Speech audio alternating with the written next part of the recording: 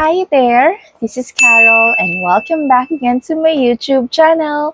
It's a new day, new video at bagong kaalaman na naman matututunan nyo sa video na ito. And for today's topic, ang ating pag-uusapan ay tungkol sa BPI Debit Mastercard. Ano-ano nga ba yung mga features nito?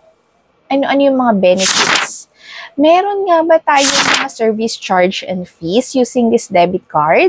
And lahat ng kailangan nyong malaman tungkol sa BPI Debit Mastercard. Lahat ng ito ay ang ating pag-uusapan, and if you are ready, let's begin.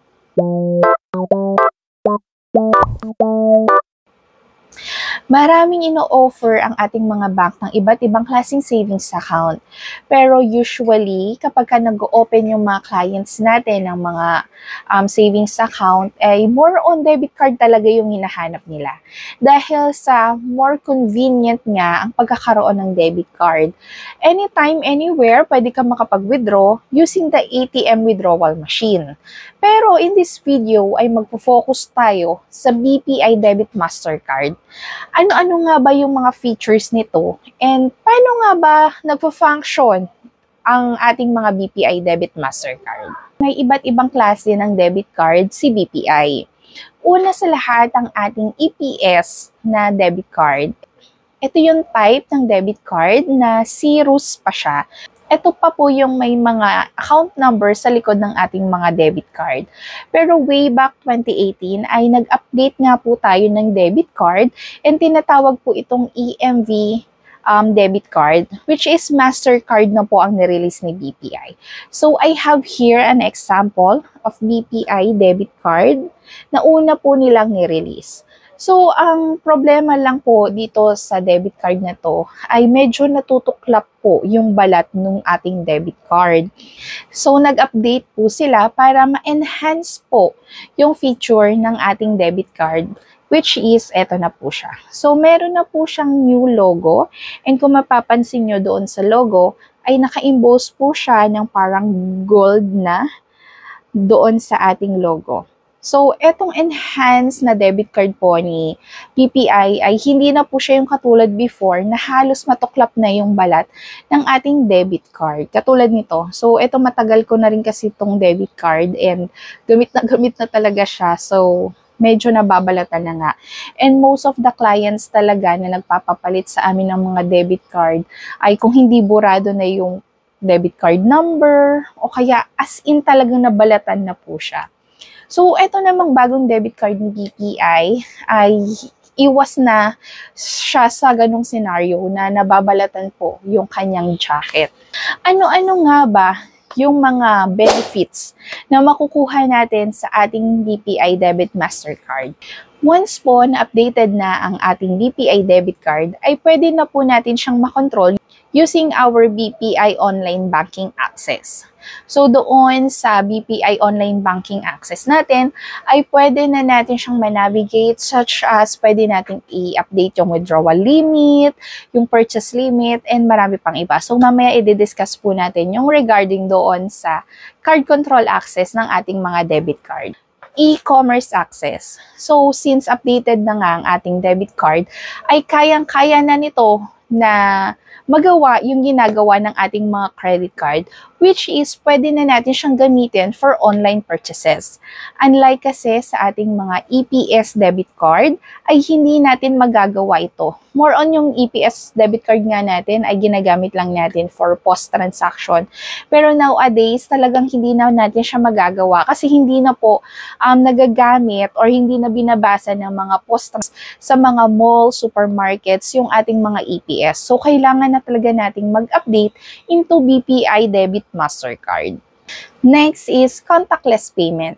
So, hindi na lang for withdrawal purpose ang ating mga debit card, kundi ay meron na rin po siyang features na kung saan ay pwede na natin siyang i-tap and go and gamitin sa ating mga purchases, sa ating groceries, malls, and marami pang iba. Ito ay ilan lamang sa mga benefits na makukuha natin if ever na upgraded na ang ating BPI Debit Mastercard. Ano naman ang mga features ng ating BPI Debit Mastercard? So katulad nga ng sinabi ko, Since upgraded na ang ating BPI Debit Mastercard, ay kayang-kaya na nating makontrol ang ating mga debit card using our BPI Online Banking Access. Meron po tayong portion na kung saan ay makikita natin ang card control. Once na-clinic natin ang card control, ay makikita na po natin yung mga debit card na pagmamay-ari natin. So, if you have more than one debit card, BPI debit card, ay makikita na natin siya. So, paano natin malalaman kung ano nga ba yung debit card na ina-access natin?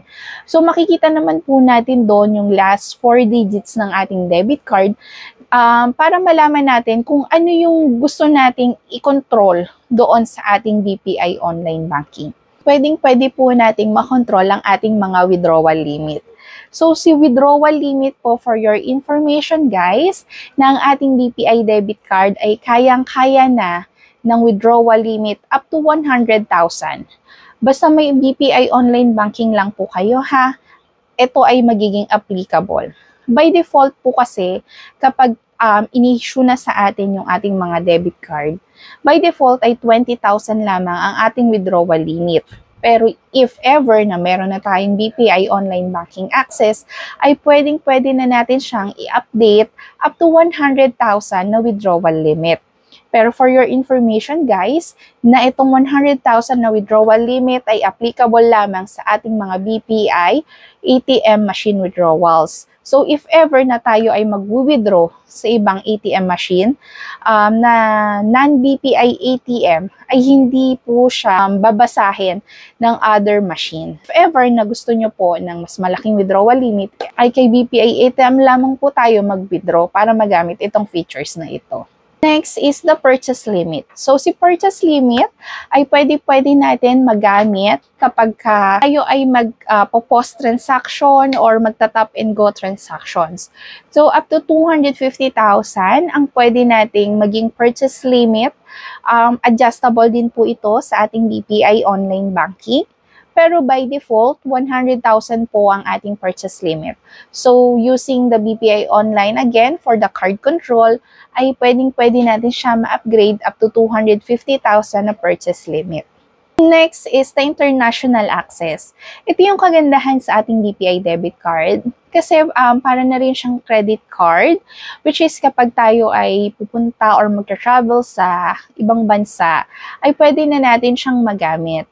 Kailangan lamang nating i-open yung international access ng ating mga BPI debit card. So again, under po ng card control ay pwede mo siyang ma-enable and ma-disable ang ating international access. E-commerce access. So katulad ng sinabi ko, itong e-commerce access ay if in case na tayo ay kunwari magbubook ng airline ticket, pwede na natin siyang gamitin ng online transactions. So, meron din po siyang on and off bago nyo po magamit yung e-commerce access natin. And make sure na kapag gagamitin natin ito, ay on lang natin ang e-commerce access natin. If ever naman po na hindi natin gagamitin ang ating e-commerce, ay pwede natin siyang i-on for safety purposes. Next is card blocking and tempo blocking. So, if in case na ang ating mga debit card ay na-loss or hindi natin alam kung saan natin na ilagay, ay pwede po natin siyang i-temporarily block muna. Para if in case na mahanap natin siya and nawaglit lang naman natin siya kung saan, ay pwede rin po natin siyang ma-activate ulit. Pero once na permanently block na natin ang ating mga debit card, ay subject for replacement na ang ating mga debit card. So, kailangan maging sure muna tayo if permanently block po natin ang ating mga debit card. Kasi once na permanently block na po siya, ay hindi na natin siya maibabalik sa active status niya. And lastly, ay pwede na po tayo mag-request ng new debit card replacement sa ating mga BPI online banking access. So, para po doon sa mga client na na-lost yung card, ay okay lang na hindi na po tayo tumawag sa customer service hotline and mag-queue pa doon sa ating mga hotline. Kayang-kaya na po natin gawin ito sa ating mga BPI online app using the debit card replacement features po. Meron po kasi doon, baka malito po kayo sa ating BPI online banking. Meron po kasing dalawang option doon. Yung isa is new debit card and yung isa naman ay debit card replacement. So, sa new debit card, if ikaw ay nag-open online ng savings account and wala ka pang debit card, ang gagamitin mo is yung new debit card. Pero kung ikaw ay may existing na debit card and kailangan mo lang palitan or i-replace ang ating mga debit card, yung second po na option, which is the debit card replacement, ang ating gagamitin. So, ang limit po ng ating mga debit card ay hindi mag-i-increase.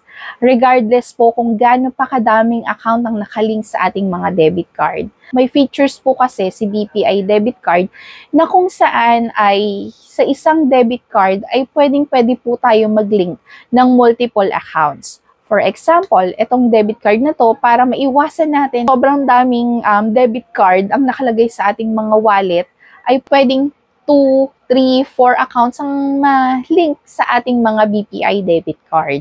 So, hindi po magbe-base ang limit natin sa ating mga debit card per account. Per card po ang ating limit. For example, ikaw ay may dalawang savings account. And then, gusto mo kasing mag-withdraw using yung isang mong savings account dahil nakapag-withdraw ka na doon sa una mong savings account. So, if ever na doon ka withdraw sa pangalawa mong savings account, ang mangyayari ay shared pa rin po yung limit nila using the debit card since ang pamantayan natin for using our debit card ay per debit card ay shared limit lamang po lahat ng ating mga savings account na nakalink po sa kanya. And take note guys na once tayo ay mag-withdraw using our BPI debit card, kapag tayo ay nag-withdraw doon sa ating ATM machine, ay kailangan i-customize nyo po yung amount. So wag po tayong mamimili ng mga amount na nakalagay na doon, which is kunwari 1,000, 2,000, 5,000 na clickable na lang. So kailangan i-customize nyo po siya para po lumabas yung mga account number kung saan natin gustong mag-withdraw.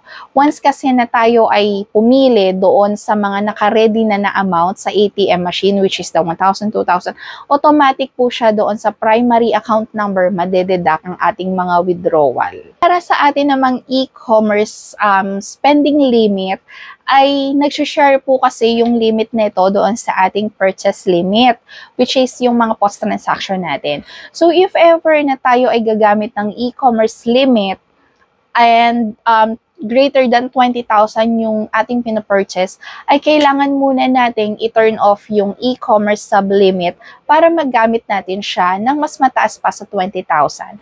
Itong portion kasi, which is the e-commerce sublimit, ay pinoprotektahan niya yung limit ng ating debit card. Next, ang ating mga debit card fee.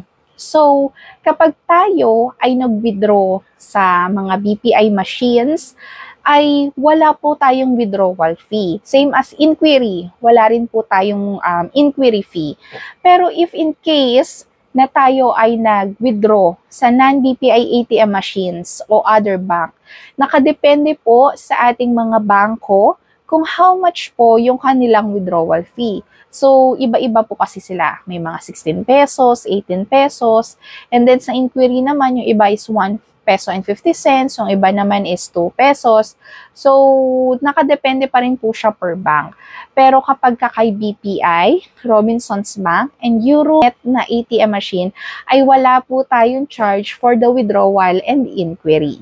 Pagka local in-store transaction naman, ay wala rin pong fee si BPI debit card. Pero kapag international in-store transaction, ay meron po tayo 1.5% for using our BPI debit card. Whether it is peso or other currency, ay applicable pa rin po ang 1.5% na charge po para sa ating in-store transaction. Next is Forex markup fee. So, kapag gagamitin natin yung ating mga debit card for purchases, ay meron po tayong markup fee na tinatawag. For selling rate, positive 1%.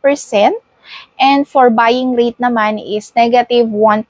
So, ito ay versus po BPI published rate. Next naman po, if in case na tayo ay nag-travel and ginamit po natin ang ating mga BPI debit card internationally, kung tayo ay mag-withdraw using our debit card internationally, ay meron po tayong charge which is $3.50 or 1.75%, whichever is higher. Depende rin po sa amount ng ating i-withdraw yung magiging charge natin. For international balance inquiry naman ay $1 and equivalent po. Next naman, for every declined transactions using our debit card is $1 din po ang equivalent niya. Next is for the forex markup fee is for selling rate is positive 1% and for buying rate naman is negative 1% versus po sa BPI published rate po ito. Pwede po ba natin mapalitan ang pangalan ng ating mga debit card using BPI online banking? The answer is no. If ikaw ay nagpalit na, kunwari, ng apelyido dahil ikaw ay married na, para doon sa updating ng ating name for your debit card, ay kailangan po natin na mag-visit sa any BPI branch para makapag-update po ng pangalan ng ating mga BPI debit card. Paano naman natin malalaman kung successful nga ba yung na-request nating BPI debit card sa ating mga app? So, meron pong confirmation yon via email o kaya naman doon sa ating mga app. Once na masubmit po natin siya, ay nagbibigay po sila ng reference number and at the same time ay nagsasend din po ito sa ating mga email address. Gaano naman katagal ma-process ang ating BPI debit card? For Metro Manila, ay 3 to 5 banking days ay pwede nyo nang makuha ang ating mga debit card. Pero syempre, ito ay pipick upin doon sa nominated branch po natin. Hindi po nagdi-deliver si BPI debit card sa ating mga home address. Ito po ay dapat pinipick up sa any BPI branch po. Kapag tayo ay nasa province naman, it takes 5 to 7 banking days bago po natin makuha ang ating mga BPI debit card. And take note guys, katulad nga na sinabi ko, kailangan pinipick up po ito sa branch. Kasi once po na makuha nyo na yung card, si branch lang din po yung allowed na navigate sa system if for activation na po ang ating mga debit card. Once na na-process po ito ni branch, ay pwedeng-pwede na po tayo mag-change PIN sa any BPI ATM machine. Ano naman yung kailangan kapag pipick upin na natin yung BPI debit card sa branch? Ang kailangan lang natin dalhin ay any government issued ID, kahit isa lang, one valid ID lang, ay makukuha na natin ng ating mga BPI debit card. Pwede ko bang matrack yung status na debit card ko sa ating mga online? The answer is yes. Once na mag-successful yung request natin, makikita nyo po sa ating BPI ang status na not yet issued. Once na ito pa po yung naka-reflect na status doon sa ating mga BPI debit card, ay hindi pa po ito nakikreate or hindi pa po siya for delivery. Pero kung ang status na po doon sa ating online banking is pending delivery, ay makukuha na po natin siya after ng request natin 3 to 5 banking days.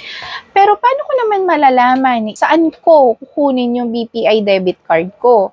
Katulad ng sinabi ko kanina, ikaw ang magno-nominate kung saang branch mo gustong pick upin ng ating mga BPI debit card.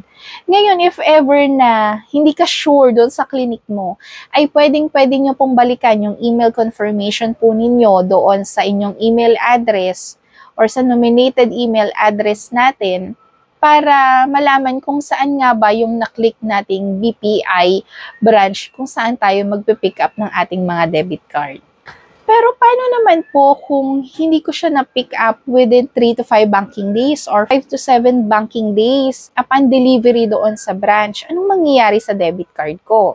May pagkakataon kang ma-pick up yung inyong mga debit card up until 90 days ma-deliver yung debit card doon sa branch. Hanggang doon lamang po yung pinaka-maximum na pwedeng itago ni branch yung inyong debit card, 90 days. Then, after nun, ay ipaperforate na po siya ni branch, which is, sisirain na nga. And then, once na masira na po siya, ay kailangan na natin mag-request ng panibagong debit card po. And since hindi nga natin siya na-pick up sa tamang oras, ay once na mag-replace po tayo ng panibagong debit card, ay additional charge na naman po ng 200 pesos. So, make sure lang po natin na ma-pick up po natin ang ating mga BPI debit card within the specific time po na ibinigay po ng ating mga branches. Ang mga BPI debit card naman po ay usually ino-offer ito syempre dun sa mga savings account na ATM-based account. So, kalimitan sa ating mga branches ay ang ino-offer ay regular savings, hashtag save up account, hashtag my save up account, saver plus, and checking account po na nakabundle din sa ATM savings account. Pero for the passbook ay wala po tayong ino-offer na combination ng passbook and debit card. So I hope na na-discuss ko nga sa inyo ng maayos. And if you have any clarifications, suggestions, or inquiry, I feel free to comment down below lang and itatry natin sagutin yan.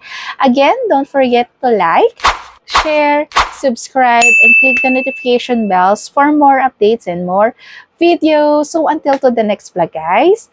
Bye-bye!